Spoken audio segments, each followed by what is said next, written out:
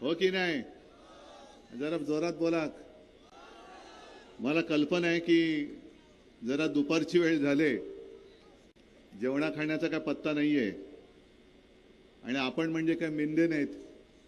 जेवणाची सोय केले, सगळी खाण्यापिण्याची सोय केले, लोक जमतात त्यांच्याकडे, जेवतात बिवतात मस्त आणि त्यांचं रेखणं सुरू झालं का निघून जातात. पण इथे माझ्याकडे तसा एकही माणूस नाहीये. सगळेजण आपणहून आलेत. एकनाथराव तुम्ही बोलू दो तुम्हाला. सगळे आपणहून आलेले आहेत आणि ही जी काही कमाई आहे, ही कमाई मी माझी समजत नाही आणि नाहीच आहे. ही एवढी सगळी लोक केवळ आणि केवळ माझ्यासाठी येतात ते उद्धव बाळासाहेब ठाकरे हे माझं नाव असल्यामुळे येत आहे. कारण मला जुन्या बाळासाहेबांच्या सभा आठवत आहेत. त्यावेळेला आपले रोहिदास इथले आमदार होते. त्यांच्या प्रचारासाठी शिवसेना प्रमुखांच्या सोबत मी त्याही सभा पाहिल्यात. जसं आता तेजस बसलाय तसं त्यावेळेला मी खाली बसायचो आणि व्यासपीठावरही बसायचो आणि तो सगळा काळ माझ्या डोळ्यासमोरनं जातो. हा सगळा परिसर हा त्यांनी जिवंत केला. आणि आता एकनाथराव तुम्ही जो उल्लेख केला केशवरावांचा, त्यांचं तर ऋणच आहे आपल्यावरती. एक लोकप्रतिनिधी कसा असावा, सत्ता असो वा नसो परवा नाही, पण मी स्वतः तेव्हा गॅलरीत बसून त्यांचं भाषण ऐकलेलं विधान भवनात. केशवराव उभे राहिले का टाचणी पडली तरी आवाज येईल एवढी शांतता असायची आणि एकच आवाज घुमायचा, तो केशवरावांचा होता. आता तशी परिस्थिती राहिली नाही. हा लोहा कंदार बाकीच्यांनी कसा नाचवून टाकलाय, नुसतं नावच नाही तर परिसराचा सुद्धा चिखल करून टाकलेला आहे. परिसराचा सुद्धा चिखल करून टाकलेला आहे. आणि या चिखलातून आता आपल्याला लोहा कंदारला बाहेर काढायचे. मी आल्यानंतर माझा कार्यकर्ता बघितला, त्याच्या हाताला काय झालं तुम्हाला माहिती आहे? काय झालं हाताला? गद्दारांनी बोटं कापली. मनात आणलं तर गद्दार जागेवर नाही ठेवणार. आत्ता मुळासकट उपटून टाकीन त्याला, मुळासकट उखडून टाकीन गद्दाराला. पण एकदा काय ते सगळ्यांनी ठरवलं पाहिजे. एक तर राज्यामध्ये कायदा आणि सुव्यवस्था खरंच नांदत असेल तर ज्यांनी हल्ला केला त्यांच्यावरती कारवाई झाली पाहिजे.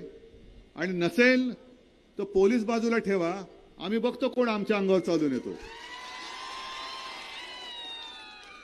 पण हा आतताईपणा अजून तरी आम्ही केलेला नाहीये.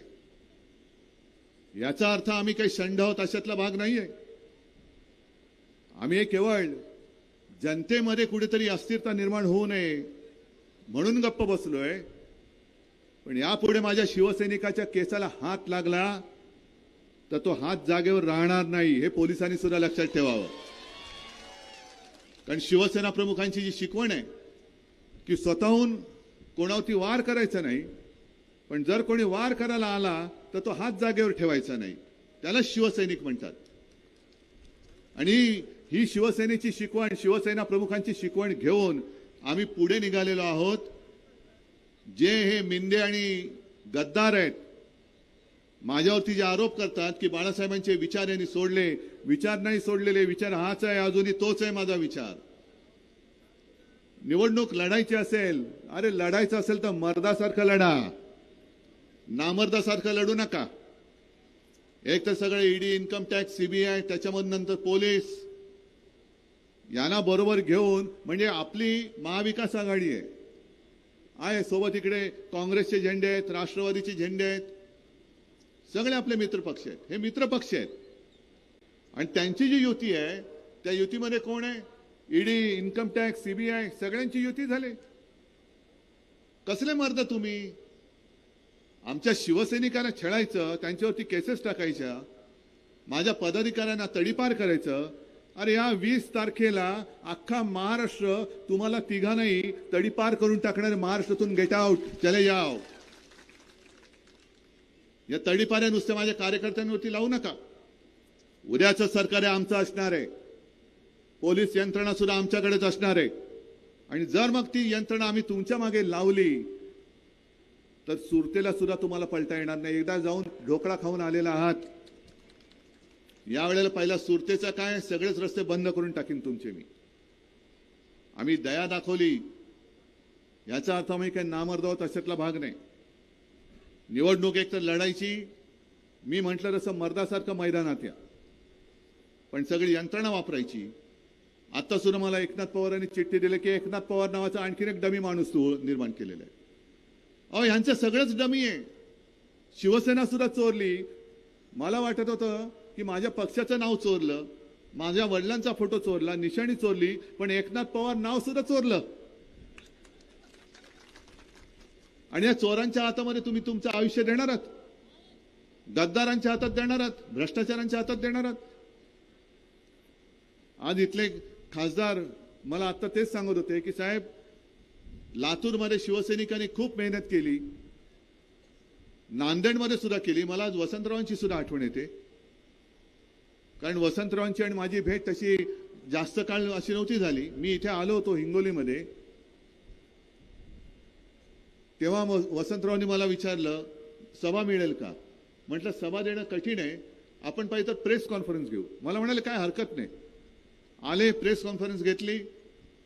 मी म्हटलं काय वसंतराव कसं, ते बोलले नाही साहेब 100% सीट येणार. आणि खरंच सीट आली. दुर्दैव आपलं असं की आपल्यातनं ते गेले, पण त्यांचा आता वारसदार आपल्याला निवडून द्यायचा आहे, नक्कीच द्यायचा आहे. पलीकडच्या मतदारसंघात असलो तरी मी सांगतोय, कारण ह्यालाच तर आघाडी म्हणतात, आघाडीचा धर्म म्हणतात तो हाच आहे. जसं आम्ही लातूरमध्ये काँग्रेसचं काम केलं, नांदेडमध्ये केलं, तसं आता काँग्रेस आणि राष्ट्रवादी सुद्धा जिथे जिथे मशाल आहे तिथे माझे मशालीचे उमेदवार तुम्ही निवडून द्या, आम्ही तुमच्या आणून देतो. कारण तुझं माझं जर का खेचाखिची करत बसलो तर पुन्हा हे नतद्रष्टा आपल्या डोक्यावरती बसतील. आणि मग हे पुन्हा एकदा बसले का महाराष्ट्र संपूर्णपणे वाट लागणार. जी परिस्थिती आज एकनाथराव तुम्ही सांगितले की लोहा कंदारमध्ये अजूनही रस्ते नाहीत, पाणी नाही. पाणी नाहीच आहे, पण नुसतं चिखलीकर आहे, नुसतं चिखल होतोय, बिन पाण्याचा चिखल. अरे पाणी दे ना पहिल्यांदी, नाही तर तुझ्या आता आयुष्याचा चिखल करतो आम्ही, तुझ्या आयुष्याचा करतो. एकदा तर पाडलाच आहे, म्हणजे हे आता पडझड सुरू झाली त्यांची. आता जिथे उभे राहतील तिकडे त्यांना पाडा. लोकसभेला उभे राहिले पाडलेत, विधानसभेला राहिलेत पाडा, ग्रामपंचायतीला उभे राहिले पाडा, सोसायटीच्या उमेदवारी. आता कारण काय, एकदा ती खास सुटली ना खुर्चीची, की खुर्ची नसली की खास सुटते. कुठली तरी खुर्ची पाहिजे, हे बस झालं आता. आज ज्या विश्वासाने आजपर्यंत तुम्हाला या माता भगिनींनी आणि सगळ्यांनी नेतृत्व दिलं, शिवसेनेकडे सुद्धा आले होते. मला म्हणाले साहेब बघा मी जिथे जातो तिकडे निष्ठेने राहतो. म्हटलं ते बरोबर आहे, किती काळ राहता, म्हणजे जिथे राहता तिकडे निष्ठेने, पण काळ किती. नाही आता मरेपर्यंत मी शिवसेनेत. मला कळलं नाही कधी गेले म्हणजे शिवसेनेतून. ही अशी माणसं आपलं आयुष्य नासवत आहेत आणि आपण पुन्हा पुन्हा ते मतं मागतायत आणि आपण त्यांना देतोय. हे आता तुम्ही तरी थांबवलं पाहिजे. झालं आता जेमतेम काही दिवस राहिलेले आहेत. आता मोदी आणि अमित शहा पण यायला लागलेले आहेत. त्यांना आता आठवलं की महाराष्ट्र नावाचं एक राज्य आहे आणि तिकडे निवडणूक होत असते, मतही तिथे सुद्धा लोकांना आहेत, हे आता त्यांना आठवलं. नाहीतर महाराष्ट्र हे राज्य आहे आणि ते महाराष्ट्र लुटण्यासाठी आहे असं मोदी शहाना वाटत होतं. लुटा, सगळं लुटा, अरे क्या करना है, क्या चाहिए, अमुक अमुक क्या चाहिए, यार बस जाओ महाराष्ट्र में लेके आओ. सगळे महाराष्ट्राचे उद्योग तुम्ही लुटून गुजरातला नेतात आणि आता निर्लज्जपणाने महाराष्ट्राची मतं मागतात तुम्ही. तुम्हाला काय वाटतं तुम्ही काही केलं तरी चालेल आणि महाराष्ट्र आपला केविलवाणा तुम्हाला मत देईल? ही लढाई आहे, ती लढाई केवळ उद्धव ठाकरेची नाही, शिवसेनेची नाही आहे. सत्ता पाहिजे आपल्याला, सरकार आणायचं आपल्याला, पण सरकार केवळ माझ्यासाठी नाही आणायचं, सरकार केवळ पवार साहेब किंवा राहुल गांधींसाठी नाही आणायचं. हे सरकार हे तुमच्यासाठी आणायचं आहे, हे तुमच्यासाठी आणायचं. म्हणून मी जे काय बोललो ना माझ्या भाषणाची सुरुवात, महाराष्ट्र प्रेमी, ते एवढ्यासाठी बोललो की ते महाराष्ट्र द्रोही आहेत, महाराष्ट्राचे लुटारू आहेत. काय आता नारा दिलाय, बटेंगे तो कटेंगे, कोण कापणार आहेत? आहे इकडे कोण कापणारे? कापणारे तुमच्यामध्ये बसलेत, ज्यांनी माझ्या कार्यकर्त्याची बोटं कापलेत. तुम्हाला आता राजकारणामध्ये आम्ही कापणार आहोत. जा बटेंगे तो कटेंगे ना. मोदी आले ना, आले तर माझा कुठे कार्यकर्ता त्याला घेऊन जा आणि सांगा की हे बटेंगे तो कटेंगे. कोण आहे हा? काय त्याचा गुन्हा? शिवसेनेचं काम करतोय. अरे टाकली तुमच्या विरुद्ध पोस्ट काय मी उघडपणाने बोलतो. हा बघा आहे ना, तू काळजी करू नको, याचा बदला मी घेणार, याचा बदला मी घेणार. ठीक आहे. बस कोणाला शिकवता बटेंगे तो कटेंगे? एक तर तुमचा पक्ष फुटत चाललेला आहे. आजपर्यंत कधीही भाजपामध्ये अशी पोलादी पकड होती, अरे अमित भाई बैठेला छे, नरेंद्र भाई छे. आता सगळे म्हणतात छे छे, यांचं काय चालणार नाही. आणि एकनाथ पवार सुद्धा पहिले भारतीय जनता पक्षात होते, 2-1 वर्षापूर्वी आपल्या शिवसेनेत आले. म्हटलं का हो एकनाथराव, तिकडे चांगली सत्ता वगैरे आहे, ती का सोडून माझ्याकडे येत आहे? माझ्याकडे तर काहीच नाहीये, काळोख आहे माझ्याकडे. ते म्हणाले काळोख आहे पण हातात मशाल आहे ना, हातात मशाल आहे आणि मी मशालच पकडायला आलोय. कारण खरा काळोख हा भाजपामध्ये आहे, तुमच्याकडे नाहीये. तुमच्याकडे लख सगळे शिवसैनिक आहेत. खरा काळोख हा भाजपामध्ये आहे. कारण आम्ही जे काही कष्ट करून पक्ष वाढवला, आमच्या उरावरती माणसं बसवत आहेत. मग राष्ट्रवादी किंवा RSS राष्ट्रीय स्वयंसेवक संघ, त्यांना सुद्धा मला विचारायचंय की 100 वर्ष तुमच्या त्या संघटनेला झाली, एवढ्यासाठी तुम्ही हा पक्ष वाढवला? काय केलं काय? बरं राजकारण ठेवा बाजूला. यांना आता निवडणुकीच्या तोंडावरती कळायला लागलेलं आहे की शेतकरी आहेत, त्यांना आम्ही कर्जमुक्त करू. इकडे माता भगिनी नावाचा सुद्धा एक काहीतरी प्रकार आहे, त्यांना आपण बहीण मानूया, 1,500 रुपये देऊया. इथे बसलेल्या माता भगिनींना मी सरळ जाहीर सभेत प्रश्न विचारतोय, 1,500 रुपयांनी तुमचं घर चालतंय का मला सांगा? बोला ना, तुमचा आवाजच येत नाही. चालत असेल तर हो सांगा, नाही तर सगळ्यांनी सांगा नाही म्हणून. मग आज तुम्हाला 1,500 रुपये हे जास्त महत्वाचे आहेत का तुमच्या शिलाचं रक्षण हे जास्त महत्वाचं आहे? महिला सुरक्षा महत्वाची आहे का 1,500 रुपये महत्वाचे आहेत? रक्षण पाहिजे ना तुम्हाला. आपण तर आपलं सरकार आल्यानंतर महिलांना 1,500 नव्हे 3,000 रुपये देणार आहोत. महाराष्ट्रामध्ये जशी पोलीस स्टेशन आहेत जिकडे महिला पुरुष शिपाई पण आहेत, अधिकारी पण आहेत, पण अनेकदा असं होतं का महिला गेल्यानंतर तक्रार नेमकी करायची कोणाकडे आणि ती तक्रार घेतली जात नाही वेळेमध्ये. म्हणून आपण असं ठरवलं की महिला पोलिसांची सुद्धा भरती करणार आहोत आणि महिलांसाठी महिला पोलीस अधिकारी आणि महिला कर्मचारी असलेले स्वतंत्र पोलीस स्टेशन सुद्धा उभारणार आहोत. हे काहीतरी असं बोला ना. शेतकऱ्यांना आम्ही कर्जमुक्त करू. अरे मी करून दाखवलं होतं ना कर्जमुक्त, मिळाली होती की नाही कर्जमुक्ती? आणि जर काही यांनी सरकार पाडलं नसतं तर आतापर्यंत मी तुम्हाला दुसऱ्यांदा कर्जमुक्त करून दाखवलं असतं. तेवढी धमक आहे माझ्यामध्ये.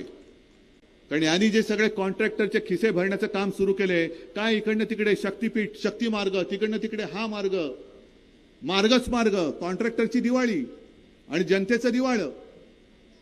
सगळी जी काय कॉन्ट्रॅक्ट काढतायत, पण हे विकासाला अडवतायत. विकास विकास विकास म्हणजे काय?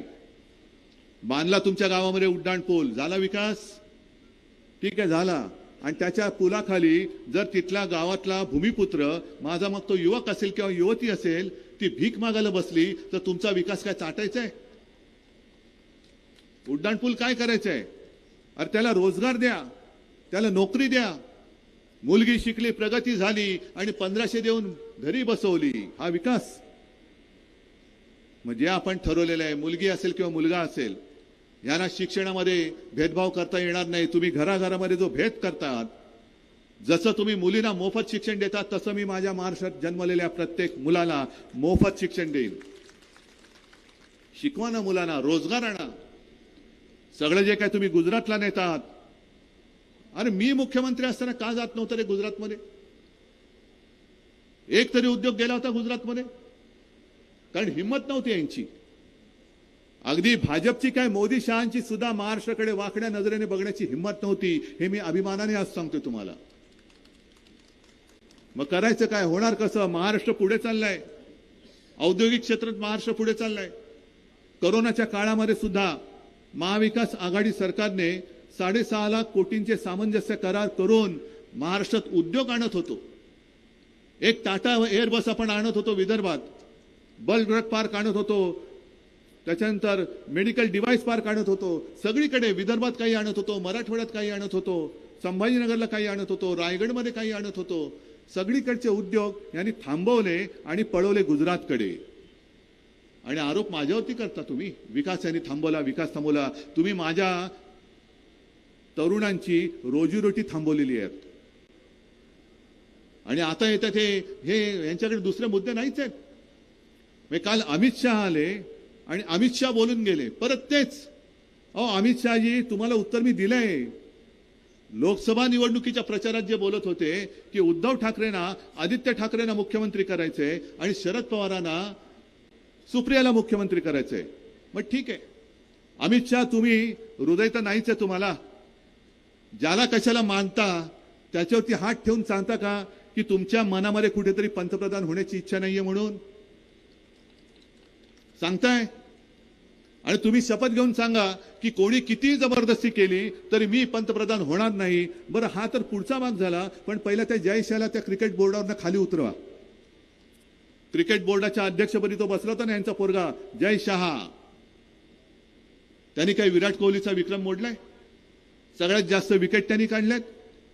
मग तो जसा तुमचा बसलाय एका फोनवरनं, काय कर्तृत्व काय? त्याच्यापेक्षा माझा गावातला तरुण जास्त चांगला क्रिकेट खेळतो. माझं आव्हान आहे, जय शहानी इकडे लोहा कंदारला यावं आणि माझ्या या कोणत्याही तरुणाबरोबर त्यांनी बॉलिंग फेस करून दाखवावी किंवा इथल्या बॅट्समनची त्यांनी विकेट काढून दाखवायची. आहे तयार? आव्हान स्वीकारता? माझं जाहीर आव्हान आहे.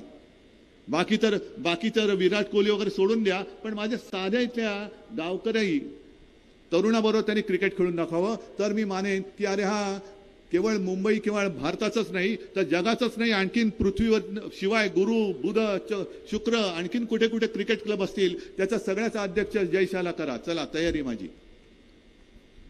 पण स्वतःचं ठेवायचं झाकून आणि आमचं पाहायचं वाकून. अमित शहाजी, जरा मुद्द्याचं बोला, कामाचं बोला. काय तुम्ही आजपर्यंत 10 वर्षामध्ये थापांशिवाय दिलेलं काय?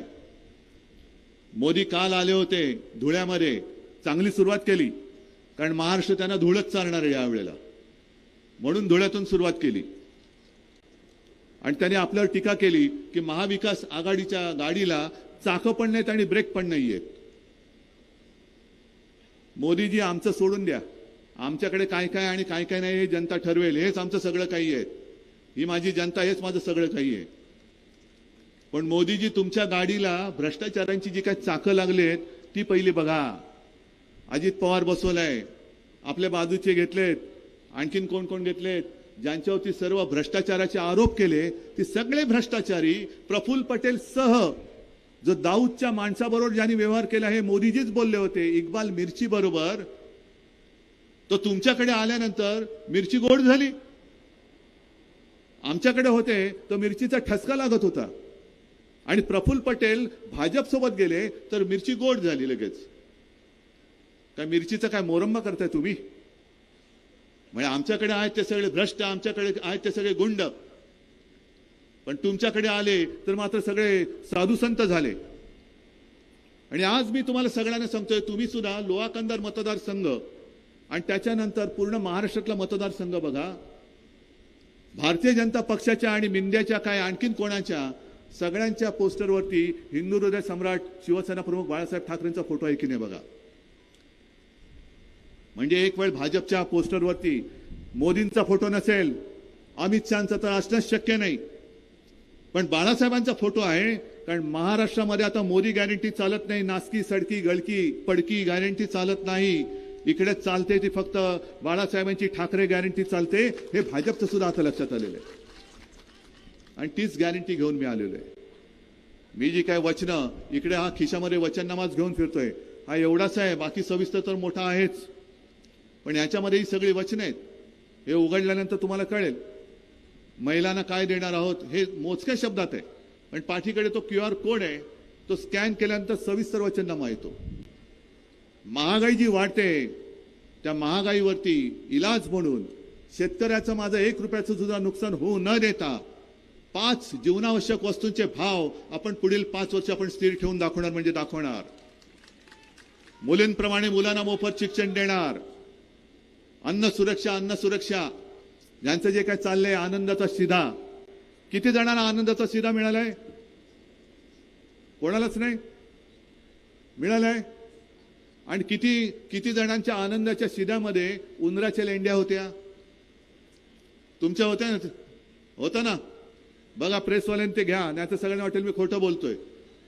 मग तो आनंदाचा शिधा ज्याच्यात उंदराच्या लेंड्या सापडल्या, खूप आनंद झाला ना तुम्हाला? अरे काय म्हणा, शिधा दिला, आनंदी आनंद चहूकडे, उंदराच्या लेंड्या तांदळामध्ये. हे असे सडके कुसके विचार असलेली माणसं ही आपल्याला सत्ताधारी म्हणून आता परवडणार नाहीये. म्हणून या सगळ्या गोष्टी जर महाराष्ट्राला मंजूर असतील तर आणि तरच महाविकास आघाडीचं सरकार तुम्हाला आणायचंय. मंजूर आहे? शेतकऱ्यांना पुन्हा एकदा कर्जमुक्ती हवी की नकोय? हमी भाव तुम्हाला हवाय की नकोय?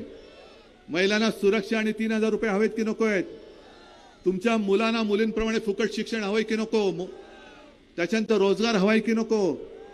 मग आणखीन काय? जे गाडगे बाबांनी सांगितलं ते हेच तर सांगितलं. जो भुकेला असेल त्याला अन्न, तहानला असेल त्याला पाणी, ज्याच्याकडे वस्त्र नाही त्याला कपडे, ज्याच्याकडे घर नाही त्याला घर, ज्याच्याकडे रोजगार नाही त्याला रोजगार. हीच तर दशसूत्री जी आहे, तीच तर आपल्या आयुष्याची एक महत्वाची, मी तर म्हणेन महत्वाचा मंत्र आहे. आणि तो पूर्ण करण्यासाठी मला तुमच्या सगळ्यांची साथ पाहिजे, तुमच्या सगळ्यांचा आशीर्वाद पाहिजे. मी आज तुमच्या न्यायालयामध्ये न्याय मागण्यासाठी आलेलो आहे. न्यायमूर्ती आपले रिटायर झाले. लोकशाही मेली तरी चालेल, पण मी निवृत्त झालो, सुटलो बाबा एकदाचा. अरे कसले तुम्ही तिकडे बसला होतात? साधा आपल्या देशातली लोकशाही तुमच्याकडे वाट बघत होती. माझा जीव वाचवा टाहो फोडत होती. त्या लोकशाहीला तुम्ही वाचवण्याचं धाडस करू शकला नाहीत. ठीक आहे, तुमचं जे काय आहे संचित ते तुमच्याकडे, पण आज मी आता जनतेच्या न्यायालयात आलेलो आहे आणि मला न्याय पाहिजे. त्यांनी 2 वर्ष काढली, 2.5 वर्ष काढली, तारीख पे तारीख. हे न्यायालय हे तारीख पे तारीख देत नाही, एका फटक्यामध्ये हे सोक्षमोक्ष करतं. आणि मला खात्री आहे 2.5 वर्ष जी यांनी गद्दारी केली ती केवळ माझ्याशी नाही, शिवसेनेशी नाही, तर तुमच्या बरोबर केलेली गद्दारी. आणि त्या गद्दारीचा सूड तुम्ही येत्या 20 तारखेला उगवल्याशिवाय राहणार नाही. आणि आपली निशाणी कोणती? जोरात नक्की. मग जिथे मशाल असेल तिथे मशाल. आणि बाकी सगळे आपले महाविकास आघाडीचे सुद्धा उमेदवार आहेत. प्रामाणिकपणाने एकमेकाचं काम करा आणि प्रामाणिकपणाने महाविकास आघाडीचं म्हणजे महाराष्ट्राच्या जनतेचं सरकार हे महाराष्ट्राच्या विधिमंडळात पाठवा. धन्यवाद. जय हिंद, जय महाराष्ट्र. धन्यवाद आदरणीय उद्धवजी ठाकरे साहेब, आपण आम्हाला सविस्तर मार्गदर्शन केलात. आम्ही आपले आभारी आहोत. यानंतर राष्ट्रगीतानं